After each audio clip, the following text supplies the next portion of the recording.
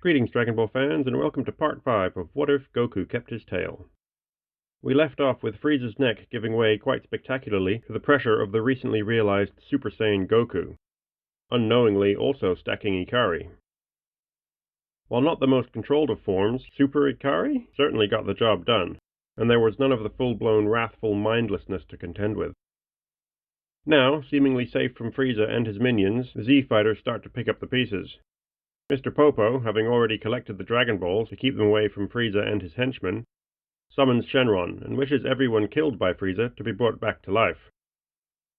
In the same minor plot hole of Krillin being revived despite his body being destroyed, Raditz is brought back as well as his former associate, Nappa. All four of the pure-blooded Saiyans that survived the destruction of their planet are still around. Vegeta is in an odd place right now. He is alive, and Frieza is dead. The Empire is in disarray and ripe for the taking. But he had lain there, watching as that damned Kakarot had seized the true, now undeniable legend. He had ascended before Vegeta's very eyes. Vegeta had watched Frieza's throat crushed under the might of the proud Saiyan race, as he had long dreamt of doing himself. But it wasn't him. It wasn't his victory. The thought of leaving and taking Frieza's empire for himself just doesn't feel right. Oh, it would be child's play for him now. Not even King Cold could stand in his way. But it was not his victory, not his prize. No, he decides that he will stay here. He figured out that Ikari form, so too will he figure out the true Super Saiyan. Speaking of Saiyans, they take a page from Master Roshi's book and mostly go their separate ways. Goku, Raditz, and Gohan take up residence by Mount Paozu. Vegeta hangs around Capsule Corp, of course, with that souped-up gravity room, which is well worth having to deal with that infuriating woman. Nappa, however, finds himself at a bit of a loose end. Vegeta is somewhat dismissive of him, having his own goals to chase, and wanting little to do with arguably the weakest Saiyan in the universe. Now at the bottom of that totem pole, he finds he is oddly okay with it, but he no longer has a sense of purpose. And besides, he had died, hadn't he? And he's currently struggling to understand why they would even bring him back. That's okay, he's getting on in years, so why not enjoy the planet for what it is? The low gravity here is nice, though he'll have to do training to maintain some of his strength. Since there were no news broadcasts of their original fight, and also no military confrontations this time around, he can be an anonymous soul, wandering the world, seeking his own meaning. Bulma and Vegeta's somewhat tumultuous relationship culminates after a mutually stubborn argument, and several weeks later she finds herself pregnant. Finally, Yamcha can cease his attempts to be part of her life. Goten is by now already crawling about, as he was conceived during that year of training before Vegeta and Nappa even arrived. Does Raditz find someone? Possibly. It would be a bit repetitive to say that it was Launch, so how about we don't name her and everyone can just assume it is her? If you have a better suggestion, the comment section is that-a-way. Nappa, though, has recently come up against the Pilaf gang. Since they are both hopelessly and hilariously outgunned, so to speak, he doesn't see much point in removing them as a threat. One of their own, however, is, he finds, a bit of a kindred spirit. Not remotely as strong, as most humans aren't, but way, way smarter. But still an aging henchman. Or in this case, an aging henchwoman. A strong-willed, devious, and cunning woman who, while initially antagonistic towards the older Saiyan ex-bodyguard, finds that she almost enjoys their interactions. He may be a bit dim, but he has a casual callousness about him that she finds almost endearing. Things are not helped when Pilaf, seeing them not quite flirting, and wanting to recruit him for his own obvious capabilities, tells her to buddy up to him for the time being.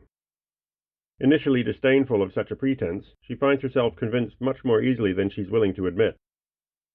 That pretense may not endure for long either. About a year later, when a power approaches from outer space, the group returns, once again, to those same wastelands to meet the descending Frieza Force ship. The Z-Fighters have all come a long way in the year since Frieza has met his end. Even Nappa shows up, and, to everyone's shock, the black-haired, trench-coat-wearing Mai is with him. She is looking as menacing as ever with her compact machine gun slung over her shoulder. Bulma isn't sure about this, but Goku isn't fazed, and Mai isn't doing anything, other than glaring at her old enemies. When the spaceship appears, her menacing look all but evaporates. This isn't what she signed up for at all. Why hadn't she flown here herself instead of clinging to that big oaf like a silly schoolgirl? King Cold floats up and out of the top of his ship with 5 others of varying sizes. Then the many doors open and a flood of other soldiers pour out. This is all a bit repetitive, don't you think? The majority of the Cold Force, of course, gets wrecked by the humans. When the last of the fodder is dispatched, or at the very least knocked out, the Ginyu Force step up to the plate. Except that with the possible exception of Chaozu, they are all at or beyond even Ginyu's level at this point. If I check my background chart, even Yamcha, the most neglected, or rather neglectful of them, is perfectly matched with Ginyu's power. But does Guldo have fun with his freaky powers? Sure, but he can only hold his breath for so long before that solar flare catches up with him. Picture, if you will, a blind Guldo running around, desperately holding his breath, smacking right into a rock. Well, I had a giggle at the mental image at least. Instead, maybe Chaozu traps him. A taste of his own medicine. Less amusing to picture, but justice served. What about Jace and Berter? Well, they don't even get the chance to do any combo moves. The speediest guy in the universe hands that title over to Krillin, while Jace faceplants into Tien's elbow. Oh, are we going to get Recoome versus Nappa? Why, though? Recoome versus Yamcha is where it's at, baby. Recoome unfortunately gets wrecked pretty quickly, without much effort at all. Since the humans are already becoming less and less relevant with this troop of monkeys hanging around, why not give them this win, huh? They've worked hard for it. So, any body-swapping shenanigans, you ask? Let's say Ginyu takes over Tien, the strongest Earthling. Chaozu, having some nice mental powers, clocks him instantly, and gets a bit pissed off that someone would try and steal his best bud's bod, so he traps him. Not appreciating the source of Chaozu's power, Ginyu decides to swap to the small white man. He can adjust to the body size if he has to, but, mental powers are mental, so... Oh, wait, hang on. This puts Chaozu in Tien's body, doesn't it? Oh dear, this is getting out of control. Okay, so Ginyu in Chaozu is, unsurprisingly, trapped by Chaozu in Tien, because mental powers follow the mind. When he inevitably tries to swap again, Chaozu is ready for it this time. He twists Ginyu in his old, relatively weak little body and points back at himself. Now back in his proper body, he again takes hold of Ginyu, and forces him, quite unceremoniously, to be removed from this particular chessboard. Ultimately, it is hopeless for King Cold and his armies. The humans are tough enough without the Saiyans, truly worthy to serve at the forefront of Cold's armies. Too bad there is no more King Cold to lead that army. Vegeta, with an increasing number of, exceptions, has been training relentlessly in a desperate bid to unlock that more controllable power he saw in Kakarot. Now having a base power level somewhere in the ballpark of 3.5 million, he feels like he can probably handle King Cold all on his own. In fact, why not let the prince have that win too? Frieza is dead, and Goku's certainly got nothing to prove. Also, secretly, at least from Vegeta, having also unlocked Super Saiyan and thus Super Ikari, Raditz, like his brother, is comfortably bored. If we were to watch, it would all be rather anticlimactic. I'm sure we'd get a nice monologue from Vegeta about how they will oppress the Saiyans no longer, but I'll leave the exact details of that up to your imagination. They again go their separate ways, with Vegeta inviting Nappa to tag along with him this time, as he heads back to Capsule Corp. He's got something he actually needs help with, and he'll be damned if he asks Kakarot or Raditz for help with it. More time ticks past. 3.5 years of it, in fact.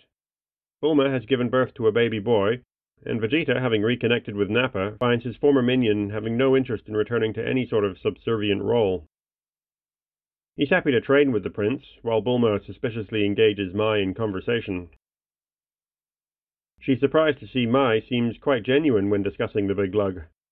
She's also a very capable and skilled technician to boot. There is still the underlying suspicion, though, so a certain device gets locked away from prying fingers. All is not well, however, as, right on schedule, Goku falls ill with the heart virus. The requisite senzu does nothing but exacerbate things. He is bedridden, and the doctors are summoned to investigate. However, one of these doctors is not like the others. He stands apart, due in no small part to his odd clothing, for a doctor, his apparent age, and uncanny, almost 100% success rate. Mostly, though, due to his pointy ears and striking green skin. Not wanting to be separated from what remains of his brother, Dende has, with Mori's permission, chosen to remain on Earth for the foreseeable future. He has occupied most of his time studying under Kami, and then, much to the current Guardian's consternation, at a local medical school in Orange City, near Piccolo, who in turn was vaguely near Goku, Raditz, and his on-again, off-again pupil, Gohan. Dende's budding healing powers gets put to great use and further development, with no guru needed. What little is left of his time is spent with Nail, or rather Piccolo, and by extension Gohan and the Son family. Kami, as mentioned, is not overly pleased with Dende's interest in earthly knowledge and the quaint medical technology, as he had been hoping that he'd finally found a suitable replacement Guardian to fill his aging shoes. Now laying his hands on Goku, the young Namekian sets to work, healing out the damage before slowly, deliberately mending the heart muscles. He is also a doctor, of course, or at least one in training, so the more sciencey aspects of healing are well known to him at this point. That virus is in deep doo-doo. Well, damn, Goku's gonna live? I did say I was gonna have fun with this one, didn't I? Given the rather dark path that my first foray into what-if-ery took, why not? Though this might complicate several upcoming arcs. I think we've got a bit of time to figure some of them out. When the androids, 17 and 18, attack near South City, things end up a bit better, at least in the short term. 3.5 years is a long time in the Dragon world, so I think they're in for a bit of a shock. But it's not as bad of a shock as you'd think, and the fight is far from one-sided. Dr. Gero's monitoring bots were mostly obliterated during the Saiyan fight. Mostly. There was no spirit bomb, though, so some survived. They have also long seen, if not entirely quantified, the apparent boost of the Ikari state. So while none survived Goku's little outburst, let alone the 200G gravity room mishap that triggered it, Gero's data includes some pretty insane numbers. Of the encounter with Frieza, though, there was not a shred of data available, given that the initial Z-Fighters vs. Frieza Force fight was quite widespread, and very energetic. They will be putting up a bit of a fight, at least. Seeing Goku struggling despite his Super Ikari state, against these two androids, who are hell-bent on killing Son Goku, and only Son Goku, Vegeta decides to interject, cutting off Raditz. He, of course, does not enjoy being ignored, and besides, that work with Nappa has paid off in spades, so he's got a new party trick to show off. Vegeta has finally unlocked Super Saiyan, and thus Super Ikari, and it is more than enough to tip the balance. So, what happens to the androids? Does Vegeta spare them, or gleefully obliterate them as he shows off his freshly minted Super Ikari form?